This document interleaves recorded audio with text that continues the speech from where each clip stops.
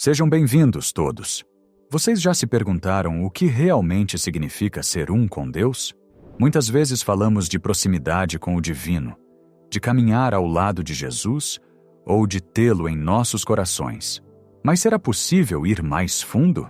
É possível que a fronteira entre o Criador e a criatura se dissolva tão completamente que você não consiga mais distinguir onde termina o seu coração e onde começa o dele? Hoje, viajaremos de volta a abril de 1912, para um momento de silêncio na vida de um jovem padre sofredor chamado Padre Pio. Vamos explorar um mistério que desafia a lógica humana. O momento em que ele olhou para dentro do próprio peito e descobriu que seu coração havia desaparecido, fundido inteiramente com o coração de Jesus.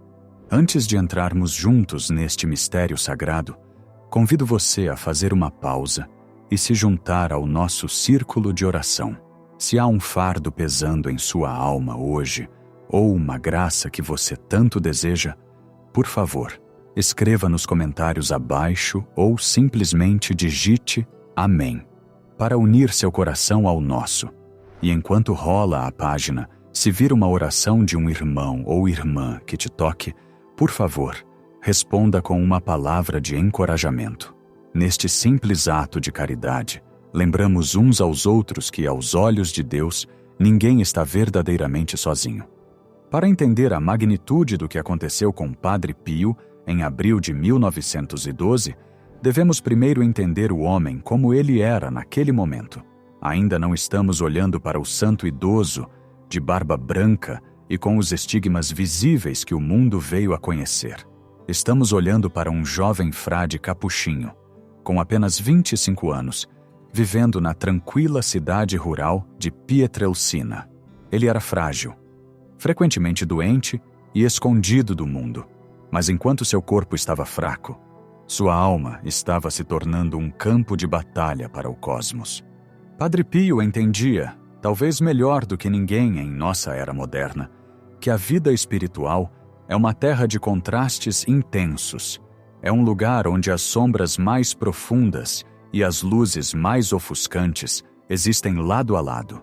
Muitas vezes pensamos que o favor espiritual significa uma vida de facilidades. Mas para os santos, uma grande graça é quase sempre precedida por uma grande provação. E nestes primeiros meses de 1912, as provações eram aterrorizantes. Sabemos, por suas cartas aos seus diretores espirituais, Padre Benedetto e Padre Agostino, que este período foi marcado por uma feroz batalha espiritual. O jovem Padre Pio não foi apenas tentado, ele foi atacado. O diabo, a quem ele frequentemente se referia com apelidos como o Ogro ou Barba Azul, buscava esmagar seu espírito através do terror e da violência física. Imagine a cena. É a calada da noite em Pietrelcina. O mundo dorme, mas no pequeno quarto deste jovem padre não há descanso.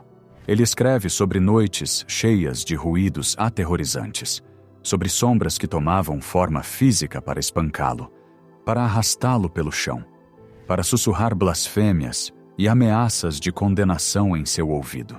O inimigo queria convencê-lo de que ele estava abandonado, de que estava sozinho, de que Deus havia virado o rosto para longe dele. A dor era real. Os hematomas eram reais. Era uma escuridão destinada a destruir sua mente e sua fé. Mas aqui está o belo e aterrorizante paradoxo da vida espiritual. Quanto maior o vazio escavado pelo sofrimento, mais espaço é criado para Deus preencher. O inimigo, em sua arrogância, pensava que estava destruindo Padre Pio. Na realidade, sem saber, estava preparando o vaso.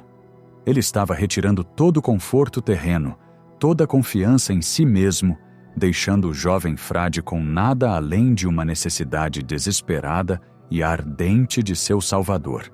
E então, a manhã chegava. Após as longas e angustiantes noites de batalha, o sol nascia sobre as colinas de Pietrelcina. As sombras fugiam, e Padre Pio caminhava até o altar para celebrar a Santa Missa. Era aqui, no silêncio da igreja, que o contra-ataque do céu começava. Não era um contra-ataque de violência, mas de uma doçura avassaladora e conquistadora. É neste contexto, a calmaria após a tempestade, que encontramos os eventos de meados de abril de 1912. Padre Pio escreveu uma carta ao seu diretor espiritual, Padre Agostino, datada de 18 de abril. Nesta carta, ele luta para encontrar palavras humanas para descrever uma realidade divina. Ele tenta explicar o que lhe aconteceu após a missa, durante o seu momento de ação de graças. Devemos lembrar que, para Padre Pio, a missa não era um ritual, era uma realidade. Era o sacrifício do Calvário tornado presente. Quando ele segurava a hóstia, ele segurava o seu amor. E após o término da missa, ele permanecia em oração, relutante em cortar essa conexão. Nesta manhã em particular, enquanto ele se ajoelhava em ação de graças, o mundo ao seu redor começou a desaparecer. O chão de pedra, os bancos de madeira, os sons da cidade acordando, tudo recuou. Ele descreve entrar em uma conversa suave com o paraíso. Note a palavra suave. Após a violência dos demônios, Jesus não veio com trovões. Ele veio com uma suavidade que estilhaçou a alma mais completamente do que qualquer força poderia. Enquanto orava, algo fundamental mudou dentro de seu peito. Normalmente percebemos nossos corações como o centro de nossa individualidade. Meu coração bate por mim. Seu coração bate por você. É o motor de nossas vidas separadas. Mas neste êxtase místico, Padre Pio sentiu essa separação se dissolver. Ele escreveu ao Padre Agostino, revelando que sentia como se não houvesse mais dois corações, o dele e o de Jesus, batendo separadamente. Em vez disso, estavam fundidos. Ele diz: o coração de Jesus e o meu, permita-me usar esta expressão. Não eram mais dois corações batendo, mas apenas um. Vamos fazer uma pausa e contemplar o que isso realmente significa. A fusão dos corações. Não é apenas que Jesus estava perto dele, é que a fronteira entre o humano e o divino foi apagada pelo amor. Padre Pio olhou para dentro e não viu mais a si mesmo. Viu apenas Jesus. Ele usou uma metáfora profunda para explicar essa sensação ao seu diretor. Meu próprio coração havia desaparecido, tal como uma gota de água que se perde no oceano. Pense nessa imagem. Uma gota de água caindo no oceano. Antes de cair, a gota é definida. Ela tem uma forma, tem um limite, é separada. Mas no momento em que toca a superfície do mar, o que acontece? A gota deixa de existir? De certa forma, sim. Ela perde sua forma individual, perde sua pequenez, mas de outra maneira mais verdadeira, torna-se algo infinitamente maior. Ela se torna o oceano. Ela assume a profundidade, o poder e a vastidão do mar. Padre Pio estava nos dizendo que, naquele momento de oração elevada, seu pequeno e limitado coração humano, o coração que sentia medo, o coração que sentia a dor dos espancamentos, foi engolido, foi absorvido pelo infinito oceano ardente do Sagrado Coração de Jesus. A gota não teme o oceano, ela corre para ele. E nessa união, Padre Pio já não vivia mais a sua própria vida. Como escreveu São Paulo, já não sou eu quem vive, mas Cristo vive em mim. Para Padre Pio, isso não era apenas um conceito teológico a ser estudado, era uma realidade física e espiritual que ele estava vivendo. E qual foi o resultado dessa fusão? Alguém poderia esperar uma sensação de paz calma, mas a realidade de Deus é muito mais intensa do que um mero relaxamento. O resultado foi alegria, uma alegria tão penetrante, tão aguda e tão avassaladora que se tornou quase insuportável. Ele descreve a emoção como o paraíso se derramando em um coração. Imagine tentar despejar o oceano inteiro em um pequeno copo de barro. O copo não consegue contê-lo. Ele transborda, treme, sente como se pudesse se despedaçar sob o peso de tamanha glória. É por isso que Padre Pio chorou. Ele conta ao Padre Agostino que a alegria era tão intensa que ele não conseguia contê-la. Ele chorava lágrimas deliciosas. Não eram lágrimas de tristeza. Eram as lágrimas de uma alma que foi tocada por um amor grande demais para o corpo humano suportar. Ele era um ser mortal ainda preso à terra, mas estava provando a felicidade não filtrada do céu. Ele escreveu: Padre, se o Senhor pudesse apenas entender quanta consolação Jesus me dá. A alegria era tão intensa que não consegui me conter. Essa doçura foi a resposta direta à amargura dos ataques demoníacos. O diabo tentou usar a dor para levar Padre Pio ao desespero. Jesus usou a alegria para atraí-lo à união. O diabo queria que Padre Pio se sentisse isolado e abandonado. Jesus mostrou a ele que estavam tão unidos que compartilhavam um único coração. É crucial entendermos que essa fusão não foi apenas uma recompensa pela santidade de Padre Pio. Foi o combustível para sua missão. Muitas vezes nos perguntamos como esse homem conseguia ficar sentado em um confessionário por 16 horas por dia, ano após ano, absorvendo os pecados e as tristezas de milhares de pessoas. Como ele pôde suportar os estigmas, as feridas físicas de Cristo por 50 anos? Como ele pôde suportar a perseguição de dentro da igreja, a suspeita e a calúnia, sem se tornar amargo? A resposta está no evento de abril de 1912. Ele não estava amando o mundo com seu próprio coração pequeno e limitado. Aquele coração havia se perdido no oceano. Ele estava amando o mundo com o coração de Jesus. Quando ele absolvia um pecador, era o coração de Jesus batendo em seu peito que oferecia a misericórdia. Quando ele chorava pelos sofredores, era a compaixão de Cristo fluindo através de seus olhos. Ele havia permitido ser substituído. Mas este dom veio com um custo. O fogo que aquece também queima. Ter o coração fundido com Jesus é sentir o que Jesus sente. E o que o coração de Jesus sente? Sente amor infinito, sim, mas também sente a tragédia daqueles que rejeitam esse amor. Sente a tristeza dos pecados do mundo. Padre Pio notou que essa conversa suave e essa fusão o deixavam sentindo como se não estivesse neste mundo, mas também intensificavam seu desejo de sofrer pelos outros. Porque o coração de Jesus é um coração sacrificial. Você não pode se fundir com Cristo e permanecer egoísta.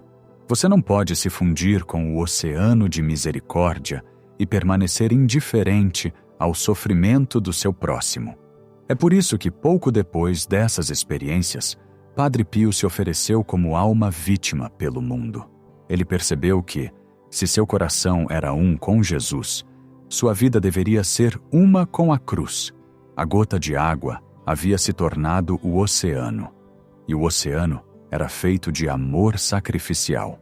Agora, você pode estar pensando: isso é lindo, mas é para os santos, é para os místicos que vivem em cavernas ou mosteiros. Minha vida é cheia de barulho, de contas, de lutas familiares, de trânsito e trabalho. O que a fusão de corações significa para mim? Esta é a pergunta mais importante que podemos fazer. E a resposta é encontrada na própria natureza da experiência. Lembre-se da imagem. A gota de água. Todos nós somos gotas de água. Passamos grande parte de nossas vidas lutando para manter nossa forma. Protegemos nossos egos. Guardamos nossos corações porque temos medo de nos machucar. Nós nos apegamos à nossa pequenez porque parece seguro. Pensamos que, se nos rendermos a Deus, nos perderemos. Temos medo de desaparecer. A experiência de Padre Pio nos ensina que o oposto é verdadeiro. A gota de água que recusa o oceano acabará por evaporar e desaparecer, mas a gota que se entrega ao oceano encontra a vida eterna. Podemos não experimentar o êxtase místico que Padre Pio experimentou. Podemos não sentir a sensação física de nossos corações derretendo, mas somos chamados à mesma união. Cada vez que recebemos a Eucaristia, somos convidados a uma fusão de corações. Quando caminhamos pelo corredor, somos aquela pequena gota de água se aproximando do oceano. Jesus espera por nós na missa, não apenas para ser olhado, não apenas para ser adorado de longe, mas para se unir a nós. Ele deseja tomar nossos corações cansados, ansiosos, quebrados, e trocá-los pelo dele. Padre Pio nos diz que essa troca acontece nos momentos silenciosos de ação de graças. Quantas vezes saímos correndo da missa assim que ela termina? Quantas vezes deixamos o oceano antes mesmo de nos molharmos? O testemunho de Padre Pio nos convida a ficar, a ajoelhar, a fechar os olhos e falar com o Senhor que está fisicamente presente dentro de nós. Ele nos convida a dizer: Jesus, meu coração é pequeno demais para amar-te como eu deveria. É fraco demais para suportar os fardos da minha vida. Toma o meu coração, deixa que ele se perca no teu. Deixa-me amar minha família com o teu amor. Deixa-me perdoar meus inimigos com a tua misericórdia. Deixa-me enfrentar meu sofrimento com a tua força. A beleza da história de Padre Pio é que ela revela o caráter de Deus. Deus não é um tirano distante. Ele é um amante que busca a união. Ele é o oceano que anseia pela gota. E observe o momento. Esta grande graça veio a Padre Pio quando ele estava mais fraco, sob ataque, pobre e sofrendo. Não veio porque ele era forte. Veio porque ele estava vazio. Se você se sente fraco hoje, se sente abatido pelas provações da vida, se sente que está sob ataque espiritual, tenha coragem. Você está na posição perfeita para um milagre. A gota de água não precisa ser forte. Ela só precisa estar disposta a cair. A fusão de corações nos ensina que não temos que gerar santidade por conta própria. Não precisamos fabricar paciência ou coragem. Só precisamos permitir que Jesus viva a sua vida através de nós. Naquela carta ao Padre Agostinho, Padre Pio escreveu sobre as lágrimas deliciosas que caíam de seus olhos. Lágrimas são uma liberação. São o que acontece quando a barragem se rompe. Para muitos de nós, nossos corações estão represados pelo medo, por velhas feridas, pela necessidade de controle. Estamos secos, estamos sedentos. Olhamos para os santos e vemos seus milagres. Mas muitas vezes perdemos o segredo deles. O segredo deles não era que fossem super-humanos. O segredo deles era que pararam de tentar ser a fonte da água e se permitiram ser o canal. Padre Pio viu seu coração se fundir com o coração de Jesus. Ele se tornou uma janela através da qual a luz do céu se derramava sobre a terra. E ao refletirmos sobre isso, devemos perceber que a mesma luz está batendo à porta de nossos próprios corações. É uma batida suave. É a conversa suave de que ele falou. Ela sussurra: deixe-me entrar. Não sejamos mais dois, mais um. Ao concluirmos esta reflexão, quero que você feche os olhos por um momento, se puder. Visualize o vasto e infinito oceano do amor de Deus. É azul, profundo e brilhante de luz.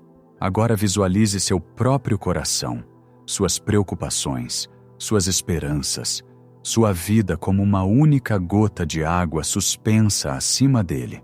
Não tenha medo de soltar.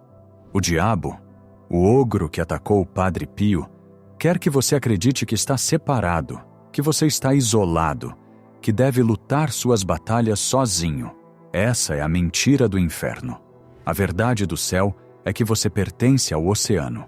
Vamos pedir a Padre Pio que interceda por nós hoje. Vamos pedir a ele que nos ensine a permanecer naquele silêncio após a missa, a suportar as noites de provação e a entregar nossos corações tão completamente que nós também possamos conhecer a alegria de nos perdermos em Deus. Pois, no final, isso é a única coisa que importa. Quando o nosso tempo nesta terra terminar, quando o barulho do mundo desaparecer, tudo o que restará é o amor em que nos tornamos. Que nós, como Padre Pio, descubramos que nossos corações desapareceram, apenas para serem encontrados batendo eternamente dentro do sagrado coração de Jesus. Obrigado por percorrer este caminho de mistério conosco hoje. Que a paz que Padre Pio encontrou, a paz que excede todo o entendimento, guarde seus corações e suas mentes, até nos encontrarmos novamente. Que você seja abençoado e que nunca se esqueça do oceano que está esperando por você.